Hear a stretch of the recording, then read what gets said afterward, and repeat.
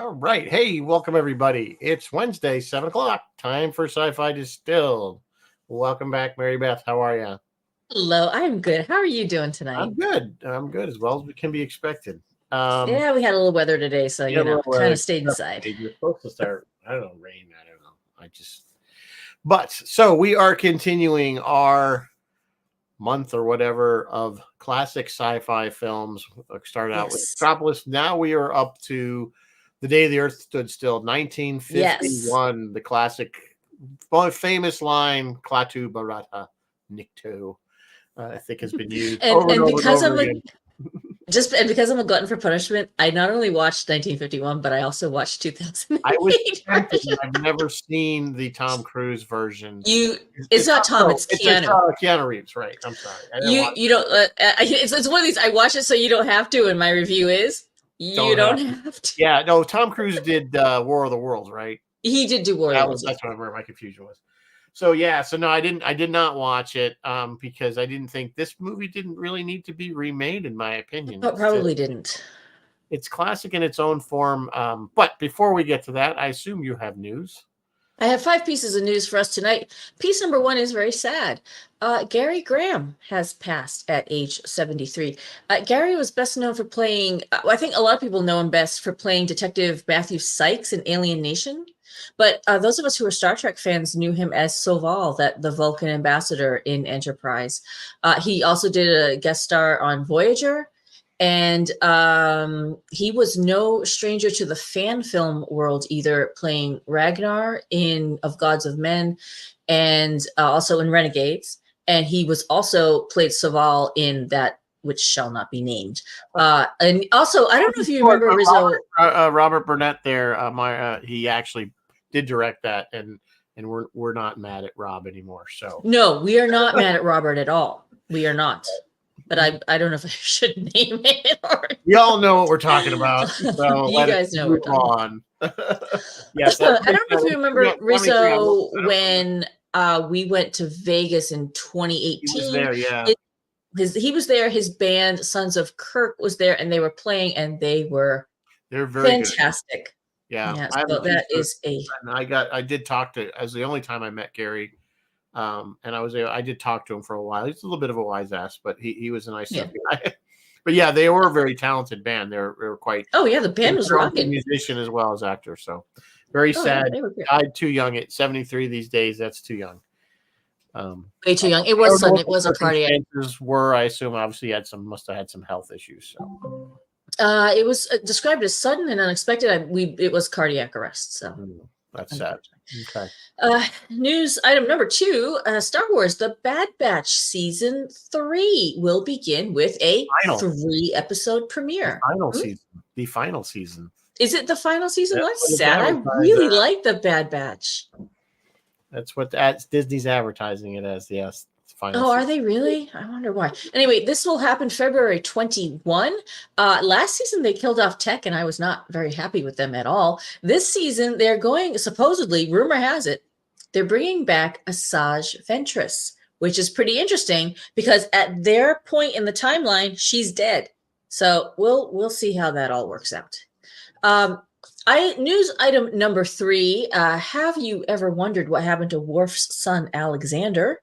Or about Klingons in general, Den of Geek reports that our friends, the Trek Geeks, recently held their 3rd Trek Talks Marathon. They raised $110,000 for the Hollywood Food Coalition.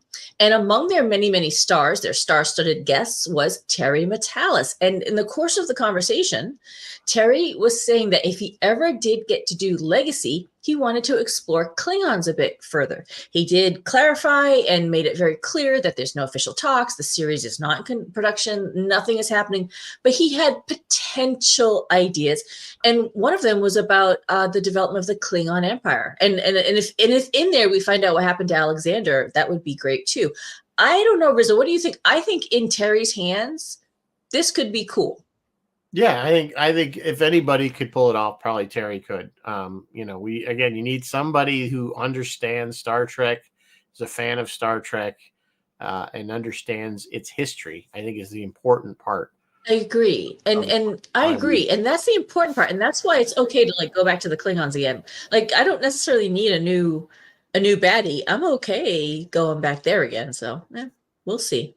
Yeah, well, I don't know if he said, yeah, I don't know if he's good. Legacy would mean to bring them back as well. We've already seen them kind of when during DS9, during that whole, there was a back and forth already there. Yes. So that, with Galron and all that. So, yeah, you could probably do it. I don't know. I don't have a problem with them exploring more Klingon stuff. I guess I don't really want them to become the evil that, let's retcon them and like they did the Gorn. Yeah, I completely agree. They have so much history already that backfired badly with Discovery. The backlash that them changing just the look of the Klingons was oh god, yes, that they felt that they literally If they changed it, that in Strange, was it Strange? No, it was Picard that they changed it. No, Discovery had the new Klingons. And yes, so Discovery had the new Klingons, and then they got so much backlash that in either Strange or Picard, and I think it was Picard that they started. Even in Discovery, they brought them back closer to TNG Klingons. To where they were, yeah. Yeah, because they said, they didn't have any hair because it was war or something. They cut their hair. That's why. But now the war's over, so their hair's back. And they're going to grow the hair again. So it's stuff like that. News item number, News item number 4. This is real life news. In real life news, Japan has become the 5th country to land on the moon successfully. Described as the most precise moon landing ever, their unmanned craft pioneered a new image-based automatic navigation system. Unfortunately, the spacecraft only worked on the lunar surface for a few hours because their solar panels their solar cells weren't generating electricity. They're not sure what happened, but it doesn't matter. It doesn't matter. Every single thing we do helps take us closer and closer and closer to actually getting to Mars and truly exploring like deep space. Right. It makes it closer to a reality. Every failure is something we learn something. It's still something we learn. So I'm going to say, omedetou gozaimasu. Yes, exactly. I'm going to say yoko de kimashita and ide. So good job, Japan. At number 5, more real life news. Okay, you remember Minority Report? Although the precogs in Minority Report, they really truly were psychic, weren't they? This is a little different, so I don't know why this is like Minority Report. Giant freaking robot reports Minority Report is kind of coming to life, but not really. Thanks to updated technology, police can now use DNA to generate AI photographs of possible criminals and then cross-reference it in the facial recognition software. And they've done it already. In a move to solve a decades-old cold case, it's the East Bay Regional Park District. It's near Oakland, California. The police department employed this advanced DNA technology to generate a 3D model of the suspect's face, but then they went ahead and released it. And this move ignited a fierce debate over privacy, ethics, potential misuse. And many people call it junk science, saying it doesn't accurately render a correct image. So what do you think, Rizzo? Is this going to usher in a brave, new, safe world? Or is this a disaster in the making? I'm always skeptical when we're giving these type of tools to law enforcement without some laws that guide it. And as we always know, technology is always way ahead of legislation. We're always behind because the technology comes out before they even know that they have to legislate something. Completely true. Running into that with the AI stuff, they're struggling to figure out how to manage AI and just with IP, with property. Yes, exactly. Like that. So, yeah, it's always a little frightening when Big Brother gets a new tool that they can follow you, track you. But let's face it, folks, if you have a cell phone, they know everything. They already follow us. Yeah. I just don't know. I don't quite get. I should have researched. I don't quite get how they're getting a facial image from DNA sample. No. I don't know. And the curious to me, that's too big of a jump. I don't feel like we're there yet. I think, I would think they would need to prove how accurate it is. And I don't think it's very accurate at all. Well, yeah. I mean, time will tell, but time will tell. I mean, there's tools, and they've been using facial recognition software on cameras. Prints and faces. Yes, absolutely. Which is works amazingly well. It's kind of scary, actually, how well that actually works, and it's only going to get better as the AIs learn more. They were saying like the AIs were better, with certain skin tones than others because that's what it was fed. So as these things learn and they get more information, they're going to get better, and then of course then you just get Skynet and we're all screwed. And then we have Skynet. Do you want Skynet? Because that's how you get Skynet. Skynet, right? So anyway. All right. What are we drinking tonight as we go in the way back machine? A Space Gin Smash. I thought this one very tropical. But green it almost reminds me of a mojito without rum. So it's got some green apple in there, and Tanqueray gin, or you could use any gin. I actually prefer the James May gin that I use, but that's just me. Simple syrup, green apple seed. Yeah, it's just mostly fruit. So it's mostly like gin and some, sugar. I'd try it. So yeah, I would try it. So why not? Anyway, hey, I just want to say hi to everybody that's on. Martin. Lots of people on tonight. And Bill and Chris. And I think who else is in there? Alex, Jeff. Thanks, guys, for joining. If I missed you, I'm sorry. I think I got everybody. I think I see Dennis Chevalier, Sue. Yeah. So we are, like I said, continuing our classic sci-fi with one of the best known of all time, which is The Day the Earth Stood Still, 1951. Clearly written to. Are you okay? I was singing from Rocky Horror. Anyway, go ahead. Am I interrupting you? No, yes, a little bit, because like the Rocky Horror song encapsulates a whole bunch of these. Okay. Anyway, go ahead. So, of course, this came out in 1951, shortly after World War II. We're in the beginning of the Cold War. So there's a lot of political messages in here. Of course, You guys know the basic plot. Alien lands in Washington, D.C., in the typical fashion, comes out and gets shot. Because, stupid Earthlings are always quick to kill everything they don't understand. Again, another trope that we learn. So, he eventually goes to the hospital, escapes, wants to see how things are going on Earth, learns about Earth. But basically the plot is that they've come here to say, hey, you've got rockets, you've got nuclear weapons, you could be a potential threat to other planets, although I find that kind of at this point in our science that we would be able to threaten anybody but ourselves. Anyway, so you got to join this. We don't find out till the end, but you got to join this federation, for lack of a better word. Yeah, join the federation and be under martial law. And basically, but they kind of said that you could do whatever you want on your own planet and blow yourself. Yes, and we will discuss this. Yes, but you just don't. You can't have any aggression against anyone else. Now, here's the question. He actually says how far he came when they ask him, and he says about 250 million miles, which would put it about Mars. That's not far enough. They didn't research that well. I didn't know. Well, I don't know if they researched it, but a lot of people say, well, that would be Mars. Maybe he's a Martian, that there's. He could be a Martian, but we'd know if there was a whole federation in our backyard. I would think. We would, not in 1951. Maybe not. 1951, all we did is Mars's telescopes. We didn't have any, nothing that went out. Yeah, I suppose that's true. Remember? I don't know. Copernicus and Galileo and those guys could see Mars. Like they had telescopes. They could see the planet, but they couldn't see if anybody lived there. No, because they had the canals. The Italian guy called it the canale. Remember? So that's why people thought there were Martians, because that's why they thought there was one. Yeah, they thought there was. So anyway, Jeff saying could be a Mars outpost. Yeah. So I guess the two planets that it only could possibly be, if you actually take the mileage for being accurate and not them just throwing out something that sounded far, would be Venus. I'm gonna let Mars. That little. There were a couple little things. I'm gonna let them slide because this is a good movie. Yeah. No. Again, it was. You have to put it in the time frame that it was, and we didn't. The average person, first heck, didn't know a lot about space. Because if you got to pick it apart, hasn't even been launched yet, so we're just. Well, yes, that's true. So the biggest threat right now is nuclear war.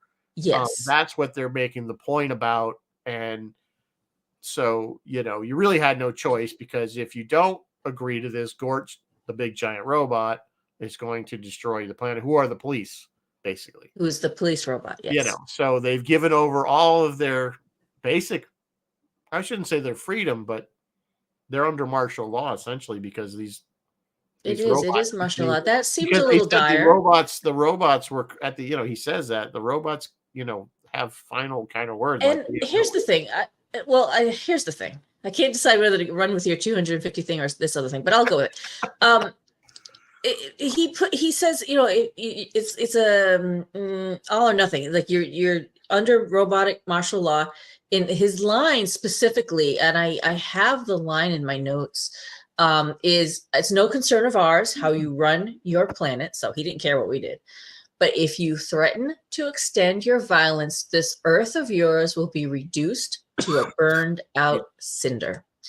And I thought to myself, he's treating us like a toddler, because only little kids behave out of fear of punishment, right? As you grow older and you evolve, you behave because you just don't want to hurt other people. And I thought, my God, he must really see us as immature, grossly immature. And which he does. As you watch the movie, they see us as very immature. So of course they're going to threaten us. But then he's like, we're all under this and it's irrevocable. I'm like, wait, what does that say about you? Wait a minute. Well, I guess what they're saying is that you're no more evolved than we are. It's a zero tolerance policy, but apparently the policy is only aggression against your neighbor. He didn't care if we killed each other. Yeah, that's the only thing that they seem to care about is that you don't have aggression. So you do what you want on your planet. They won't bother you until I don't feel like this is really well thought through. I feel like this could have been a little more evolved. I think it was, again, they were just trying to make the point that, you don't have the right to it's kind of it's almost like a detente. Like you can do this, but why I would have thought that they would have said, look, we're going to leave you alone. You don't have to worry about anything. But if you go out and do this, you're going to get blown to smithereens. Yeah, you're right, because he knew we had rudimentary. The word he used in the film was rudimentary. He knew we had rudimentary rocket capabilities, but he knew we weren't out there doing stuff yet. No, that's why we weren't threatening. We weren't threatening anything yet. This was completely preemptive. I always felt the visit was premature. But yeah, well, I don't know if it's premature. It was preemptive. They were like, let's nip this in the butt. Like they were watching Earth go, look at those idiots. We weren't anywhere near interstellar travel, though.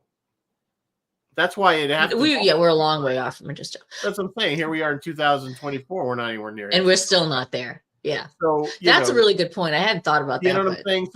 So either you take the Mars thing verbatim, because we could attack Mars. Theoretically, we could send a bomb to Mars if we wanted. Sure, why not? At this point, not 1951. But now we could. Absolutely, now we could. Now we could.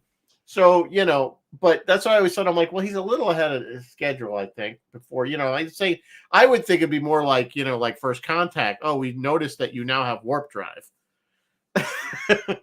That's why the Vulcans. Yeah, you're starting to reach out. Yeah. You can now get beyond your solar system. This was like looking at a wee little child and saying he's going to grow up to be Hitler and discounting the many 20 years in between. You know what I mean? Jeff's saying we need to remember that when Klaatu describes the world in his big speech, he's describing a dictatorship. Yeah, he probably is. Is it though? Because he doesn't really say anything about his politics. All they're saying is that I don't think they had any politics because they didn't fight. All he's saying is that this police force is there to maintain the peace between planets. That's it. And that's it. The implication was that they don't interfere with anything else. What I'm wondering, and Chris is saying we thought there was a Mars invasion on the radio just a few years earlier. Yeah, what I'm thinking, Jeff, is that in 1951, because we had just lived through World War II, I think the message of peace by any means was better received. Nowadays, we take that message like a little more like, whoa. But I think back then people were like, yeah, oh my God, look at the dog. Can I help you? Can I help you? Baby. She has input on this movie. Yes, she does. You're talking to somebody else. All right. Can you get down? Thanks. Yeah, I think back then this message of peace by any means, even if it meant martial law, I think they might have been like, yeah, okay, you know what? We're down with that. But I don't know. Yeah, again, it's a product of its time. It's very much a product in two ways. One, is the sociopolitical aspect of it with the Cold War and nuclear arms and all that coming out of World War II just before Korea, I believe. Yeah. So, but the other aspect is this is the early 1950s when a lot of sci-fi stuff started coming out. And a lot of these bad sci-fi, some of them were bad, some of them were good. This was a particularly good one. As we know, a few years later, we get Forbidden Planet, another good one. But there were some really, bad ones in there. Cheesy ones, I should say. But they were fun, like giant ants crawling across the land. That's fun. We were transitioning to that space age type stuff, and aliens and stuff were becoming the kind of the more of the rage, if you will. So you kind of have this two parts to this story, you know what I'm saying, or this movie as to why I think it's a product of its time. But it's still an excellent story. And I think it is, yeah. Story. And I think the message, I think, is, again, the acting out of fear, shooting, pulling out the whatever it was, the gift. He had just said, I mean you no harm, I come in peace. Pow. Right. Oh, he's pulling out the thing. And he points it at him. Now, to me, that's just whoever fired that shot should be court-martialed. Honest to God, that paints us like that was deliberate to paint humanity. Yeah. Like, you know what I mean? Like, this is how you people are. But I mean, every time we have an alien invasion, someone always kills me. Right? Every time you have even modern day, you're right. Even in Independence Day, they were. Remember in Independence Day, there's a newscast, and they're saying, "Don't fire your weapons." It's always the military or something that's around, and they always end up, we got to just blow them up. Just blow them up. We're just gonna blow them up. Blow them up. I want to find out what they want. Just blow them up. It's nuke it. Nuke it. So, it's kind of always that military is always. In fact, it's interesting. The Army didn't want to participate in this movie because the Army was shown in a bad light. They went to which is the funny part. They went to the National Guard. The National Guard was like, "Yeah, we're fine with it." Yeah, the National Guard, they were totally fine with this. Yeah. I loved it. So, Bill is saying the atom bomb played a big part in the message. Yeah, I got to give credit to you, Rizzo, and to all of our viewers who got Klaatu's message correct, because as I did my research for this, I was stunned to hear people getting his message completely wrong. Like, so many people think his message was just for us to not fight with each other. No. They didn't care. They also thought, well, this is what Bill is talking about. They also thought his message was anti-atomics. No, it wasn't. He was okay with us having atomic energy. Yeah, he said he just didn't want us to have atomic. To Bobby, he says it has many uses. Yes, exactly. But he said exactly it's atomic powered. Yes. So, Ola Pablo from Mexico is reminding us that idiots were shooting at the Chinese weather balloon. And then we did shoot it down. But that's different. That's kind of different. The Canadians. But yes, no, he wasn't anti-atomic energy. He was just anti-atomic. No, it was clearly an anti-war message in general. Yeah. And it was an anti-fighting message. If you could take, let's say, instead of looking this on a galactic scale or interstellar scale and just look at Earth, that if we created a race of these robots that police just Earth and kept countries from attacking each other. You know what I'm saying? Yeah. It's the same kind of thing, just picture it on a larger scale. But within the countries, we don't care what you do. His message, you know what kind of had me chuckling? His message, he's basically like, you idiots, you're fighting with each other so much. You're not, how are you ever going to get along with others, other species and other races in the universe? So, but it was just kind of very much the same as, humans. If you can't get along with each other, you're mad at each other because you have different skin tones or whatever. How are you ever going to deal with true aliens if they ever come? Absolutely. How are you want to do Star Trek? You're never going to get along with other species and do Star Trek. You're not. You can't get along with your neighbor of a different nationality. Here we are. What are we? 70-something years later. We're not really any much farther. And we're not. No, we haven't. We've not really. We haven't really improved much at all. So true. So true. So yeah, it's kind of funny. I've always joked about that. As much as I love Star Trek and I would love Roddenberry's vision to be a reality, I don't think we're going to be there anywhere near there in 300 years. That's just Not 300, my no. theory is that man will still be assholes in 300 years. Not right now. Although they No, say I mean sometimes that there's this even in great Star Trek disintegration time, by before then, this big bursts forward. yeah, I So don't know. I I hope just that's don't what's see it happening. happening. Dr. Alexander saying even Yep. in the 50s, nuclear propulsion was thought of, which would definitely prove for the better and faster. Yeah, I mean, we have nuclear powered submarines. We just don't have nuclear powered jets. So I don't know if we have jets. Yeah, Jeff, I did. Why, as I said at the top of the show, I did watch that one. They changed the message from atomics to climate, just environmental stuff. Which is why I did not watch it, because they always have to try to. And I know, I but I didn't still think hate it. I don't. I think you could have easily adapted the same exact story to a modern without changing the basic premise, in the fact that we still have very, very powerful weapons. We certainly have ways to get them out into space, not interstellar, but like you said, we could send a bomb to Mars if we wanted. Sure. So, I think you could kind of keep it, and I would say, to me, if I was rewriting this, I would say we reached, somehow we did we hit the faster than light barrier, so to speak, that we somehow were able to travel, superluminary or whatever, to get to another solar system in a reasonable amount of time. Then I think it would trigger the visit from Klaatu, So From that's Klaatu. me if I was going to write it, and I think it would still work. But we're not talking about the 2008, but I will say they pulled a lot from the 1951 version. They had the whole blackboard scene was pretty much intact. I mean, they really pulled a lot. They just changed stuff. All right, back to the main show. Is a real formula that's actually a real problem. Yes, it is. It's a real formula, and I wrote that in my notes too. Actually, look like, and that guy that plays the scientist, he's actually was a math teacher and a math. Yes, he was. Sam Jaffe was a mathematician. He knew. He got caught up in the McCarthyism there for a little bit.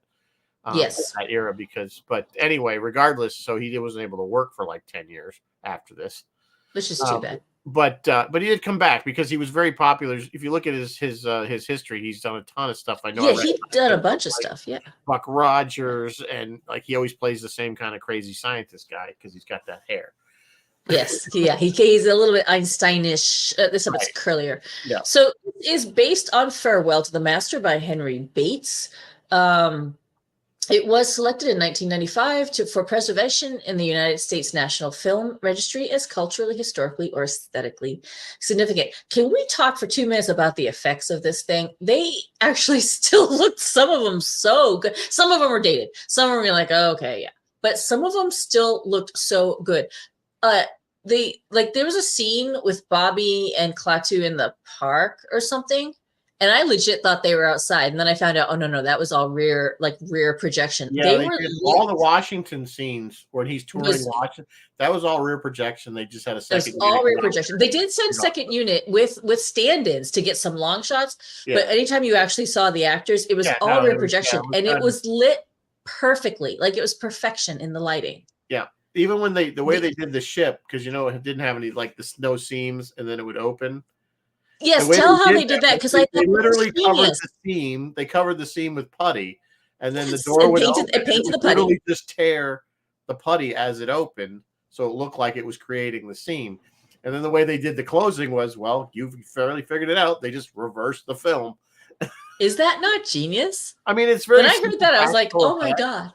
But it still works. And of course, the poor guy that was in the Gort costume could only be in there for about. Yes, his name was Locke. He's a very frail man, apparently. He's tall, but very frail. He couldn't. His name was Locke. He couldn't carry her. He was 7'7". Yes. Yeah. They had multiple costumes for him because you're right, he was frail, and it was very hard for him to stand in the costume, and he was trying to stand very still in the costume and was like involuntarily twitching, and I believe you actually can see the robot's arm move in one of the shots. Right, in the final scene where Klaatu is giving the speech, you can kind of see his arm twitch. He didn't mean it. Yeah, there was different costumes for how they shot him. So like when they shot him from the front, he was laced up in the back. They had laces in different places on different. And if they shot him from the back, they laced him up in the front. Head was a remote controlled, like they had. Yeah, the head actually, his face guys, because the shoulders of the costume came up to about here. And that meant the neck of the costume went to about here, which put the head of the costume, you can't even see my hands, way up here. So his head is actually in the neck. And so they had prisms that actually projected little images on inside for him, he but he have couldn't to do really much. He see. stood a lot. Yeah, he didn't have to do much. And you're right, he was frail. He could not actually carry Helen. I can't think of Helen's name. Patricia Neal. So that was a stand-in, or they used like she was on well, a they used rig. the wires to hold his arms, help him hold her. Yeah, shots where you actually see her, but then when he's walking away, it's a dummy. Yeah. Same thing when he's and carrying. You can kind of tell, but Klaatu, who cares? Same thing. Yeah, and this is what's really fascinating for a science fiction movie. Well, except for the interior shots of the ship, this was like completely normal America. Like, they're in the house, they're in the town, the city. Yep. Yeah. Not a lot of science fiction-y. No. Although the inside of the ship was cool. Yeah, I bet they modeled that after an office setup from very famous. I can't think of his name. Oh, Frank Lloyd Wright. Yeah, Frank Lloyd Wright design. I bet for folks in the 1950s, seeing the motion sensor, because he would just wave his hands across stuff, and I bet for people that was like the coolest thing. And now we have lots of motion. We have some of that stuff. Yeah. The interior of the ship was pretty good. I mean, I want to talk about Gort a little bit more as a character, because he was really quite intimidating. I think if you saw that in 1951, I bet you he was pretty scary, because nothing came up and then the eye glowed and you knew something bad was going to happen. And of course, we've seen that. We've seen Cylons with the single red eye. You know what I'm saying? That kind of, again, became a trope. And I'm sure it started here, with that one thing coming up. And, you notice he has very fine control. He could either zap the guns out of your hand with no injury to you, destroy a tank, or kill you outright. Yes.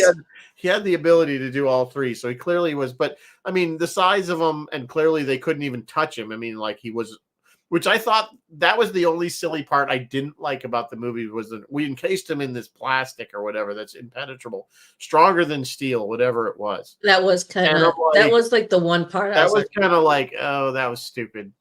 I don't know why. I just like, he's going to break out of that. I would have rather seen him walk out of it like it didn't even slow him down. Or just, rather than do the whole thing. I would have rather had it just break and be like, yeah, I'm walking. This is. Or I kind of expected his eye to light up and he'd burn himself whole out or something, like, whatever. I mean, clearly they made it so. Martin saying transparent aluminum. Probably what it was supposed to be. Bill says my parents saw it in the movies and were really scared. And Chris is saying the music really sold it. I am going to touch on the music in a little bit, but I just want to finish up with these effects. Our good old theremin was used, of course, in a lot of it. Okay, I'll touch on the music now.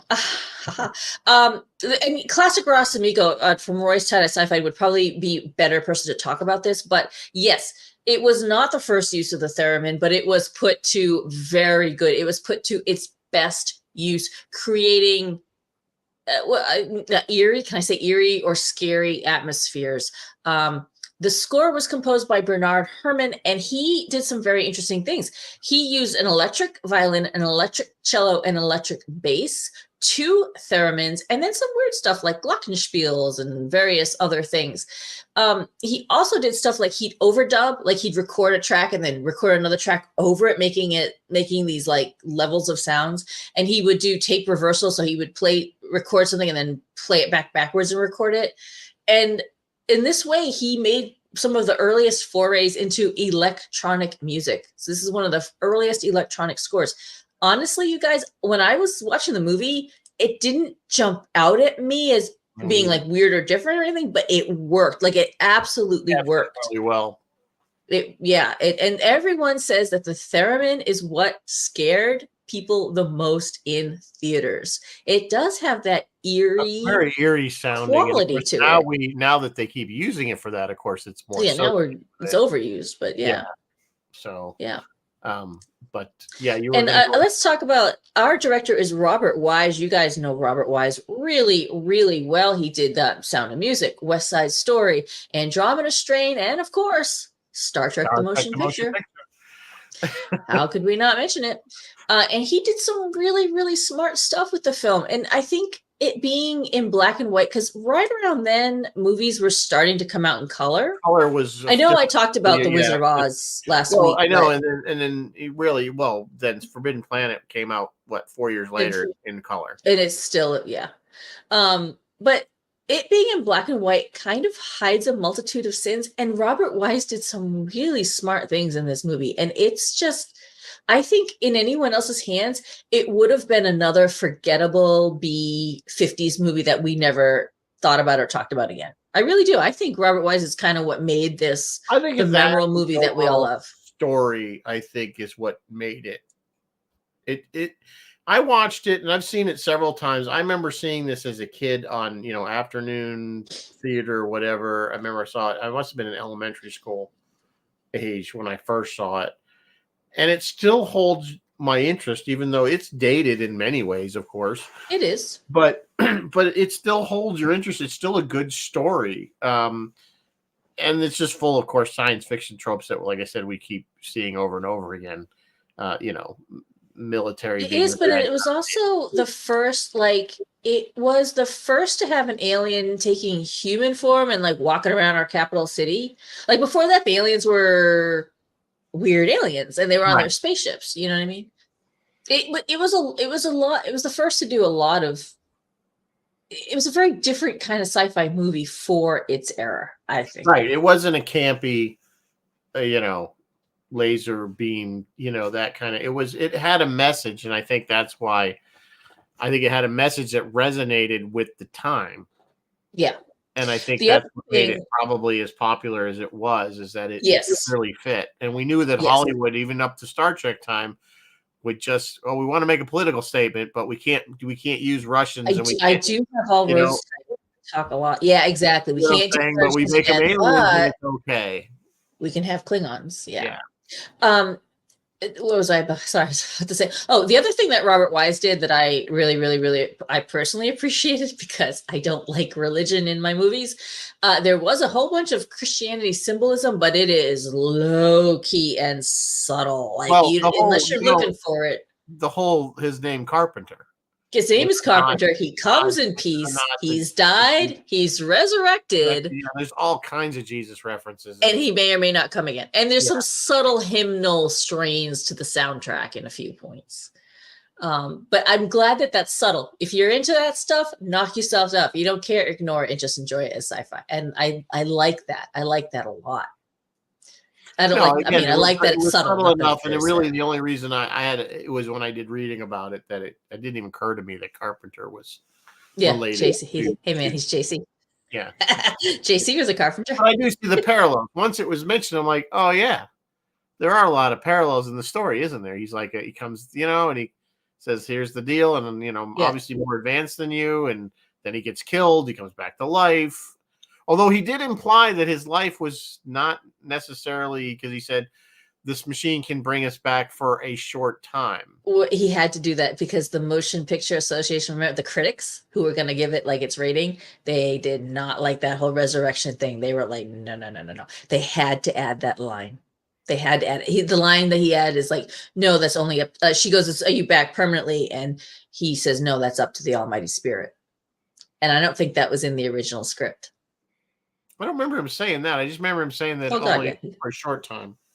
Yeah, he did. He says for a short time, and then right after that, she says something like, "Well, do the robots have the power over life and death?" And he said, "No, that's up to the Almighty Spirit."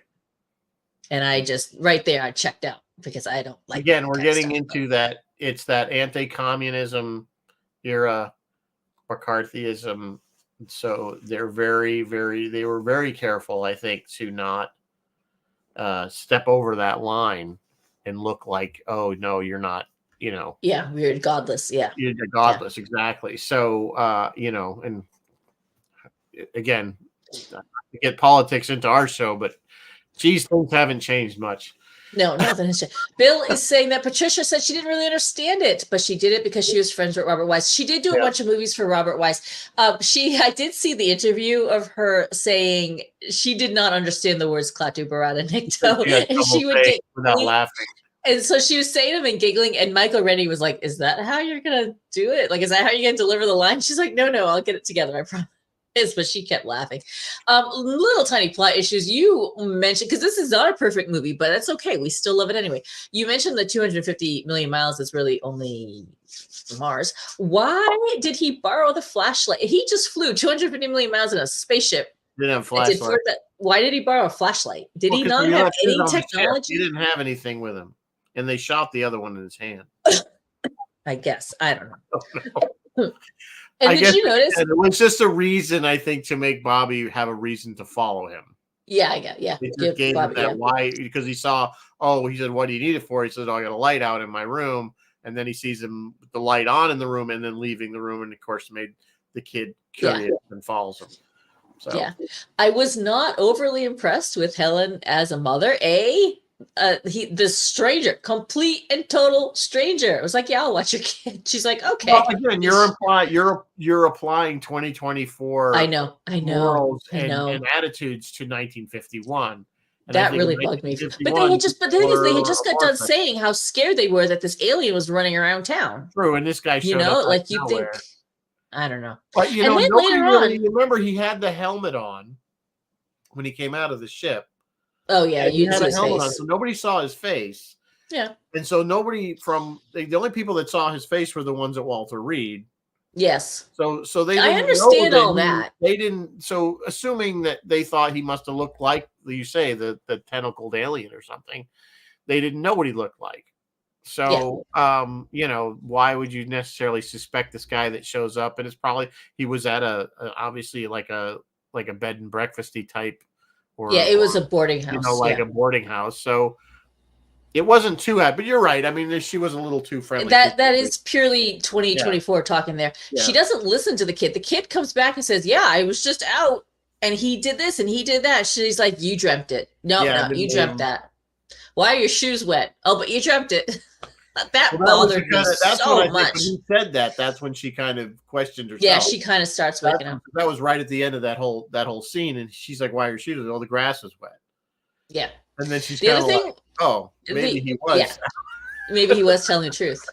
The other thing that they did was they used the word unprecedented. He says, "I need for all your leaders to convene so I can give them my message." And whoever this president's secretary or whoever he was talking to was like, "No, that's unprecedented. Would never do that." A spaceship has just landed and an alien has gotten out. That's unprecedented. Well, really?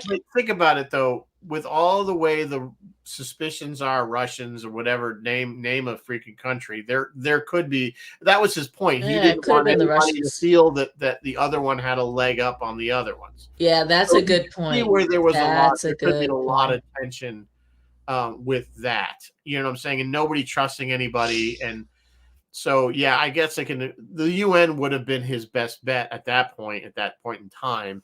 But again, it didn't cover every country. Every country still isn't a member of the. There is no place where you're going to get every leader of every country in. That's true. It's just not going to. So the secretary was pretty much on point with that one. Yeah, he might have been right. But I was just like, man, this is. So what he should have done, because he probably had the technology, is just gone and fly and broadcast this stuff. Got up in a spaceship and broadcast it on every. Yeah, right. Like, why didn't he? If he could shut down the power all over the planet, why couldn't he broadcast to the planet? Because he had enough sophistication to set up this power killing system that it didn't affect hospitals and it didn't affect or maybe not airplanes. Yeah, no, he said that. Well, it didn't affect. They said that specifically. Didn't affect hospitals and didn't affect aircraft in flight. So very targeted. So if he had that level of technology, I think he could have broken into our radio station. Do these little things mar the film for me? No, of course not. But I laugh at them. I will laugh at them. They are slight holes in the plot. Yes, Bill, she had a hot date. Get any babysitter. Yeah. And Jeff's like, nothing like mom gaslighting you. So true. Yes, Christopher LaRoche, Aunt B, was in the movie. We will go over the cast. And I do want to do all roads because I got roads. I got stuff. We can talk about the class. Of course, Michael Rennie was... Well, he was an unknown actor at the time. They wanted, I think, Spencer Tracy, was it? Yeah, or Claude Rains. And Claude Rains. And this was something else that Robert Wise did that was smart. He said no. He said no because he didn't want a known actor because people would have preconceived of how it's supposed to be. Exactly. So, and I think Michael Rennie did a very good job in this. I think he came across in playing the character. He was very kind of stoic. yet kind of. He was stoic, although you could kind of read into some of his. You could kind of read it. Yeah. Much better than Keanu. Keanu was wood, like wood in his. But Michael Rennie, you felt like there were undercurrents. You know what I mean? Well, yeah, and then they didn't. He's not a robot. You know what I'm saying? He's still essentially a human. In other words, he has the same he is feelings. still Yeah, he has concerns. human. He's just kind of looking. He's looking down on us like children. Like, all right, let me find out what this society's dealing with or something. Maybe I can understand what your issues are better. Yeah. So. He tried, but it didn't. So then, Michael Rennie, we got to see him in Lost in Space, a couple episodes of Lost in Space. The keeper or something. I think he played or something. Yeah. All right. Let me see what I have here for All Roads. Pike is watching this very movie in his house at the beginning of Strange New World when his girlfriend comes up. Do you remember the very beginning, the first episode? I caught it. This film definitely informed a lot of Star Trek. It was supposedly one of Gene Roddenberry's favorites. Many reviewers that I was watching said that it felt like an original series episode, and it kind of did. I think, like an extended original series episode in a way. Yeah, of course, you could see that. Yeah, our largest road is, of course, Robert Wise, the director who did go on to direct. Nope, that one. The Star Trek: The Motion Picture. We also had Lawrence Dobkin. He directed a Star Trek original series episode called Charlie X and guest starred in a Next Gen episode called The Mind's Eye. He is one of the doctors. He's the doctor reading the X-ray, looking at the X-ray. That's who that is. We had Reginald Singh, who guest starred in Court Martial. He was just a random scientific delegate in the film, and I think he is who we see in Strange New Worlds. I think, not sure. Klaatu's words. Could Klaatu's words be a very primitive prime directive? Well, there's some that it's Hindi. There's some that's actually driven in that it meant Klaatu is near or something. If you actually translate it, if you want to say that. Of course, the phrase went on to, and it became probably the most famous part. And I will talk. I have more. I have a lot more. Yeah. Yeah. So of course, my favorite reference is still in Army of Darkness. Yeah, of course. Commander Charles Tucker had the film showed on movie night in the episode Catwalk. He also showed the film to a Vizian. And I wish I could tell you what episode. Oh, I can tell you what episode. The episode Congenitor, Enterprise Congenitor. And the alien inquired. He's like, "Why are humans reacting like this?" And he's like, "Yeah, humans were kind of violent back then." Rennie, I said Rennie was Lost in Space. George Lucas loved this and named the bounty hunters on in not Return of the Jedi. In The Empire Strikes Back, right? That's where we see him. He named them Klaatu and Barada Nikto. Right? The bounty hunters? Mm-hmm. Okay. I think they were bounty hunters. You had Boss, you had IG-88. Well, yeah. Klaatu is not Klaatu, but he says he's part of a big interstellar alliance. This is kind of like a federation. So him coming to Earth is very much a first contact situation. And I'm going to go out on a limb and say it doesn't go too well. No, it doesn't. No, again, because of somebody with a twitchy trigger finger. And again, we just immediately want to kill whatever we don't understand. They have analyzed Klaatu brought into. You think it's Hindi? I don't know. The script writer said it was not. I read that. Okay. I don't. I just think it's nonsense words that they came up with. I think the script writer pretty much said it was just whatever he thought sounded good. What does it really translate to? Some people say it's as simple as abort mission, and some think it's more complicated. Like I've died, or I've been injured. Please repair me and don't retaliate. I don't know. We don't know. It doesn't matter. Does it really matter? What the words mean? It doesn't matter what it means to me. It was more like stand down. More like stand down. Yeah. Yeah. So to me, but obviously we don't know their language, so we don't know how complicated that phrase means. Obviously, Klaatu That's is his true. name. We do hear him speaking a little bit more of his language, and it does sound pretty. You hear Klaatu a lot, so he's saying his own name, which is weird, right? Because Klaatu is his name. He says his name is Klaatu. I don't know. Elsewhere in the cast, we did mention Patricia Neal. She would go on to win an Oscar for Breakfast at Tiffany's. The newsmen, Elmer Davis and Drew Pearson. Yeah, they are all real and newsmen. they still do that today. You watch movies. Yeah, they still pull local people and national people to do stuff to make it look more realistic, I guess. Yeah. I always get a kick when they do that. Yeah. I'm sure they get a kick out of doing it. So. Oh, and the score. I should mention also, not just Michael Rennie-Burns in Lost in Space. They did use the title theme in the pilot episode of Lost in Space. And they also used the music in the TV show Voyage to the Bottom of the Sea. Yeah. There's actually the opening scene where the ship's landing. We should see that thing. They used that, I believe, in the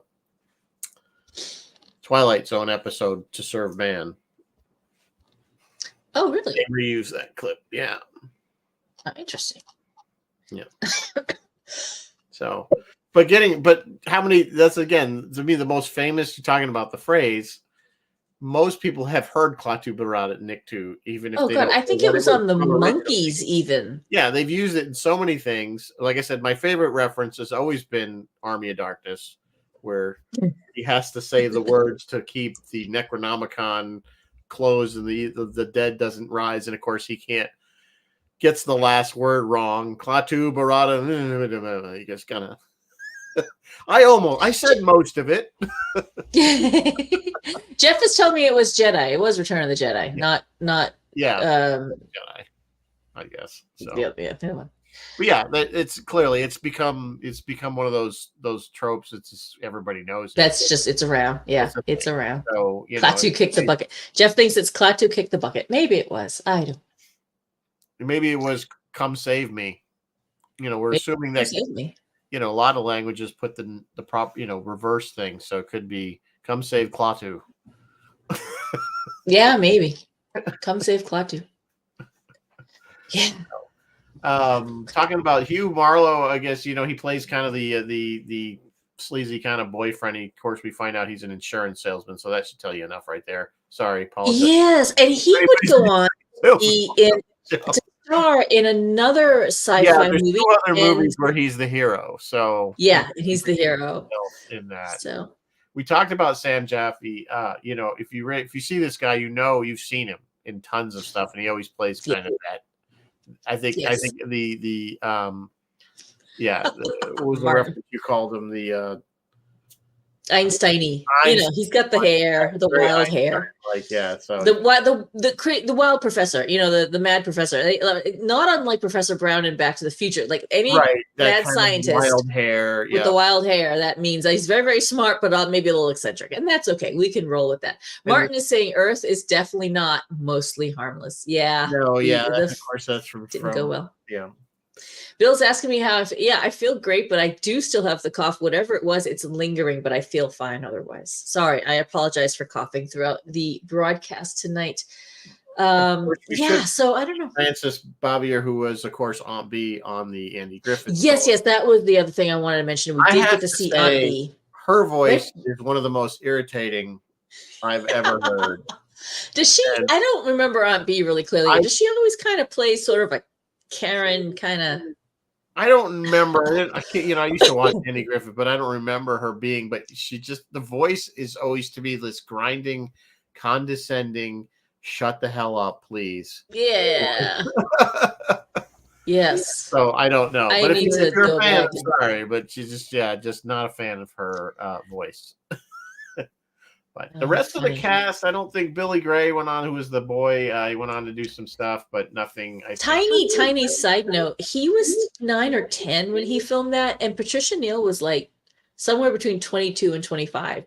So if they were real mother-son, she would have had him when she was like 12 to 15. Well, obviously. She plays, I got to tell you.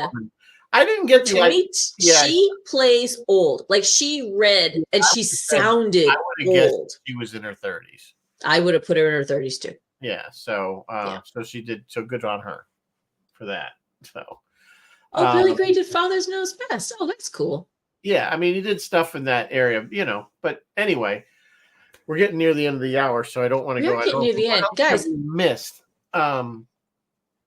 Gosh, If there's so many. this is a fantastic movie. Yeah, I mean, if you haven't seen Overlook. it, is anybody who is watching us not seen this? God, Curious. I hope not. I assume everybody has. I hope you've all seen it. If you haven't, guys, it's only an hour and a half, and it's really entertaining. Like, if nothing else, it's a wonderful little like view hole into the 1951. It's 1951. You know, we're see talking what we were like back then. 5 or 6 years after the Second World War ended.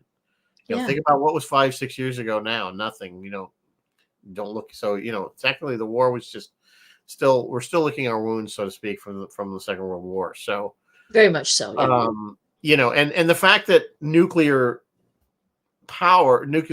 weaponry is already a big fear, you know. And I think that's what drives this movie, is that this, and of course we have communist Russia is now Soviet Union, and they have weapons, and yeah, I think it's a testament to the fear of the 50s that a lot of people grew up with, bomb shelters, that sort of thing. So I think it's clearly directed at that. 1951. My mother would have been 9. Oh, my mother would have been the kid's age, Bobby's age. Yeah, to me, even if you look at it through that lens, like this is what my parents, you know, how they saw the world. My dad was back 16 then. when this movie came out. Yeah. So, you know, this Chris says all these years it still makes you think. Yeah, it really does. It does make you think. Yeah, I mean, it makes you. What it makes me always think is that we haven't come at all in you know. We have not matured. We have not evolved. 3 years or whenever this how long it's been. We haven't. If aliens showed up now and said basically the same message as Klaatu, like, you people are screwed up. Don't you be bringing that screwed up out into space. I would not be surprised at all. Yeah, I would not be surprised at all. Yep. That's all they're saying. Do what you want. Obliterate yourselves. We don't care. Yeah, you knock yourselves up, but don't you dare come play with us. Just stay home.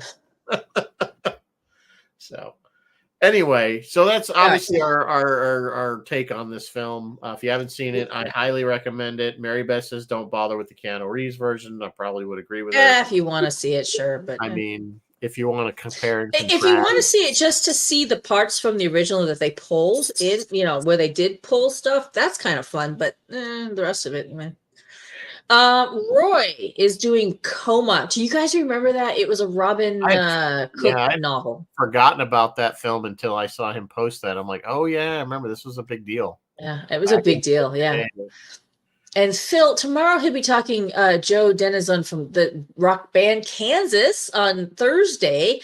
And then Friday night, big night on WUSB. He will have myself, Rizzo, Colleen Bennett, Paul Levinson, and am I forgetting anybody? It might be. I thought he was going to bring maybe his nephew or something. Oh yeah, his nephew or somebody. Yeah, we're going to have a big conversation about For All Mankind. So tune in to WUSB Stony Brook. It's streaming. You can Google it and find it and check that out. Friday night at 9 p.m. Ask your Amazon device to play. Or ask your Amazon device to play. Rizzo, can you update us on what we're doing next week? So next week we have to cancel because I have a family issue. I need to run to Connecticut too, so I will not be around next week. So unfortunately, we were supposed to do. I know we promised you guys we were going to do Forbidden Planet, but we're going to push that out at least a week. And then we'll see where we go. Do you guys do you want us to continue with classic sci-fi stuff? Or do you want us to leave that to Roy and us change focus that a little bit? So because these are so ideas. Good. I had some maybe thinking of sci-fi movies we hate to love. Those are those ones that we end up that are very bad, but we end up watching them anyway. So we know they're horrible and we know they're bad movies. we've kind of touched on this topic before, but it's so worth doing it again because there's so many. Yeah. A lot of votes for more classic stuff. So Oh, Dennis and Chris and Bill are all saying classic, classic, classic. so Yeah. we'll probably carry that through February because we're skipping next week. And then maybe March we'll do movies. We already did Plan 9, Martin. Or no, did we do Plan 9 with We didn't Roy, do or Plan did we 9. do Plan 9? We did Ed Wood. Oh, we did Ed Wood. What was I thinking? Yes, we Which did was Ed Wood. which is a great movie. If you've never seen it, I highly recommend. But we could do Plan 9. That would be on our movies that we love to hate. Absolutely. So that would definitely be one of them. I have one in mind. I think Mary Beth has a couple. Yes. One of them would be mine. Would be Starship Troopers, which I know maybe people. Oh God, that's a great choice. I think it's a horrible movie, but it's one you tend to watch. So yeah, when it's on, you're watching it. Everyone is saying more classic. Guys, we like Rizzo said, we will be off next week, but when we return, we will absolutely do Forbidden Planet. When we come back in 2 weeks, we'll go from there. Forbidden Planet, and then from there, I don't know what we'll come up with, but give us some ideas. What do you guys want? I mean, somebody threw out Plan 9. We should do some Harryhausen. Like doing Metropolis made me think we should do some of the Jason the Argonauts. Maybe the old King Kong or the old Frankenstein or Jason the Argonauts. Yeah. Or Sinbad. Or Sinbad. Yeah. So anyway, we'll come up with something. So until then, we will see you in a couple weeks, guys. Stay safe, live long and prosper, and may the force be with you always. Thanks, guys. Good night.